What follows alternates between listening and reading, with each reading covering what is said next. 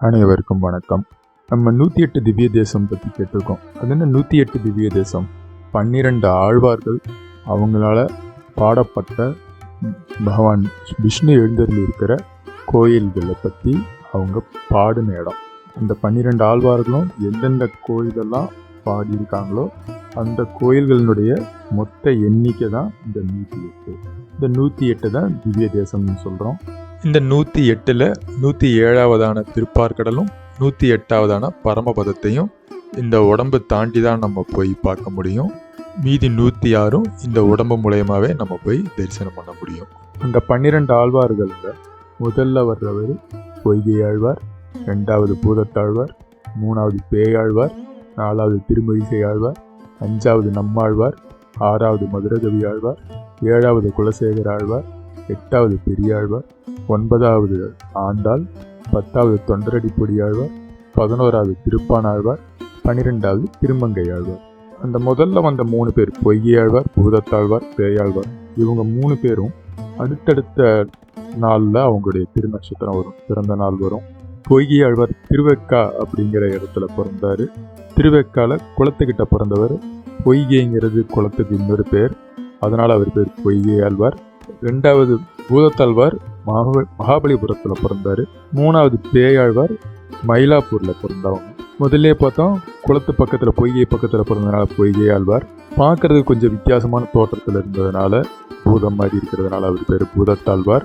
எப்போயுமே பகவானை மனசில் தியானம் பண்ணிக்கிட்டு மகிழ்ச்சி பெருக்கில் இருந்துக்கிட்டு அந்த மகிழ்ச்சி பெருக்கு அதிகமாக இருக்கிறப்போ அழுதுகிட்டு பேய் மாதிரி இருக்காரு அப்படின்னு அவங்க சிலர்லாம் சொல்ல அதுவே பேயாழ்வார்னு அவருக்கு ஆயிடுச்சு. பொய்யாழ்வார் ஒரு தடவை திருக்கோவிலூரில் போய் திருவிக்கிரமனை தரிசனம் பண்ணுறார். தரிசனம் பண்ணிவிட்டு அடுத்த ஊருக்கு போகலான்னு கிளம்புறாரு. அப்போ நல்ல இருட்டு, மழையில் அவர் சிக்கிக்கிறாரு. அப்போ அந்த அன்னைக்கு ராத்திரி அந்த ஊர்லேயே இருந்துட்டு போகலாம் அப்படின்ட்டு எதுக்க வந்த ஒருத்தர்கிட்ட இங்கே தங்குறதுக்கு ஏதாவது இடம் இருக்கான்னு கேட்குறாரு. அவரும் இங்கே மிருகண்டுங்கிறவருடைய ஆசிரமம் இருக்குது, அந்த ஆசிரமத்தோட பேரில் ஒரு மடம் இருக்குது, இங்கேருந்து கொஞ்சம் தூரத்தில் தான் இருக்குது, அங்கே இப்போ யாரும் இல்லை, ஆனால் இடம் ரொம்ப சின்னது, நீங்கள் தனியாக தான் இருக்கீங்கிறதுனால உங்களுக்கு ஒன்றும் பிரச்சனை இருக்காது அப்படின்ட்டு அவர் போயிடுறாரு. சரின்னு பொய்கை ஆழ்வாரும் அந்த இடத்துக்கு போகிறாரு. நல்லா நடந்து போன கலப்பெல்லாம் நீங்கிறது, கால் நீட்டி படுத்துக்கிறாரு. அப்போ வெளியே ஒரு குரல் கேட்குது, உள்ளே யாராவது இருக்காங்க. பொய்கை ஆழ்வார் உள்ளே இருந்து இருக்கேன் அப்படின்னு சொல்கிறாரு. இடம் இருக்குமான்னு வெளியேற்பவர் கேட்குறாரு. உள்ளே இருந்து அவரும் வாங்க, இங்கே ஒருத்தர் படுக்கலாம், 2 பேர்னா உட்கார முடியும் வாங்க அப்படிங்கிறாரு. நல்ல இருட்டு. உள்ளே வந்தவர் யாருன்னு பொய்கை ஆழ்வாருக்கு தெரியலை. அப்போ வந்தவர் அவரே சொல்லிக்கிறாரு, என் பேர் பூதத்தான், என்னுடைய தோற்றத்தை வச்சு எனக்கு இந்த பேர் அப்படியே நினச்சிருச்சு அப்படின்னு சொல்கிறாரு. 2 பேர் உட்காந்து பேசிகிட்டு இருக்காங்க.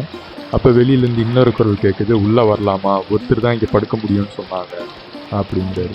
ஒருத்தர் படுக்கலாம், 2 பேர் உட்காரலாம், 3 பேர் நிற்கலாம், இங்கே இடம் இருக்குது வாங்க அப்படின்னு கூப்பிட்றாங்க.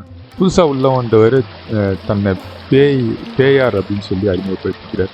3 பேரும் ஒருத்தரோட குரல் இன்னொருத்தருக்கு கேட்குதே ஒழிய யாருக்கும் இன்னொருத்தரோட முகம் தெரியலை.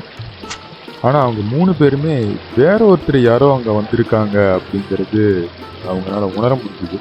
அந்த உள்ளே வந்தவர் அவங்க 3 பேரையும் நல்லா நெருக்கிறாருங்கிறது அவங்களுக்கு நல்லாவே திகைச்சு போகிற அளவுக்கு இருக்குது அந்த ஒரு அனுபவம். அப்போது பொய்யாழ்வார் ஒரு பாடல் பாடுறாரு, பாசுரம் சொல்லுவாங்க.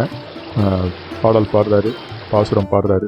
இந்த பூமியுமே விளக்காக்கி, கடல் தண்ணியெல்லாம் நெய்யாக்கி, சூரியன் அதுக்கான சுடராக்கி, திருமாலுக்கு விளக்கேற்றுனா இந்த உலகமே ஒளிமயமாகி துன்பக்கடல் நீங்கும் அப்படிங்கிறது அந்த பாட்டினுடைய அர்த்தம்.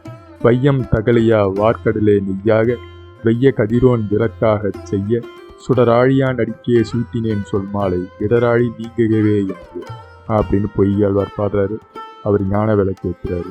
அப்போ பூதத்தாழ்வார் பாடுறாரு, உள்ளத்தில் இருக்கிற அன்பையே அகல் விளக்காக்கி, பொங்கி வர்ற ஆர்வத்தை நெய்யாக்கி, நல்ல சிந்தனையை திரியாக்கி, நாரணனுக்கு சுடர் விளக்கு ஏற்றினேன்னு பாடுறாரு.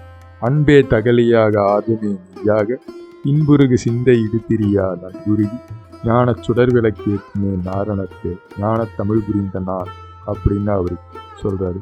இதையெல்லாம் கேட்டு பேயாழ்வாருக்கு நல்ல ஒரு பரவசமான ஒரு அனுபவம் வருது.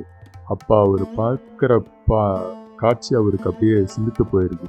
என்னன்னா, லக்ஷ்மியும் நாராயணனையும் அவர் அங்கே பார்க்குறாரு இவங்க 2 பேருடைய பாடலில். அப்போ அதுக்கப்புறம் அவர் பாடுறாரு, திருமகளையும் பார்த்தேன், பொன் போன்ற மேனியை பார்த்தேன், சூரியனுடைய வெளிச்சத்தை பார்த்தேன், போர்க்களத்தில் நெருப்பு தங்கம் மாதிரி நெருப்ப கக்கிற சக்கராயத்தையும் பார்த்தேன், வலம்புரி சங்கையும் பார்த்தேன், கடலினுடைய நிறத்தை கொண்ட பெருமான் கிட்ட அப்படின்ற மாதிரி. திருக்கண்டேன் பொன்மேனி கண்டேன், திகழும் அருக்கன் அணிநிறமும் கண்டேன், செருக்கிலரும் பொன்னாழி கண்டேன், குறிசங்கம் கண்டேன், என்னாழி வண்ணன்பால் இன்று அப்படின்னு பாடுறாரு. இந்த 3 பேரும் பாசுரங்கள் பாடுறாங்க. பகவானோட அருளுக்கு அப்புறம் அவங்க 3 பேரும் ஒருத்தர் பிரியாமையே எல்லா பக்கமும் போயிட்டு வராங்க. போகிற இடங்கள்லாம் மக்களுக்கும் பகவான் எப்படி வழிபடணும் என்ன ஏதுன்னா அவங்களுக்கு வேணுங்கிற விஷயங்கள் எல்லாம் அவங்களுக்கு சொல்லி கொடுத்து அவங்களுக்கு வேணுங்கிற மாதிரி வழிகாட்டி எல்லா பக்கமும் போகிறாங்க. இவங்கெல்லாம் பாடின பாசுரங்கள் 4000 திவ்ய பிரபந்தம்னு பேர்.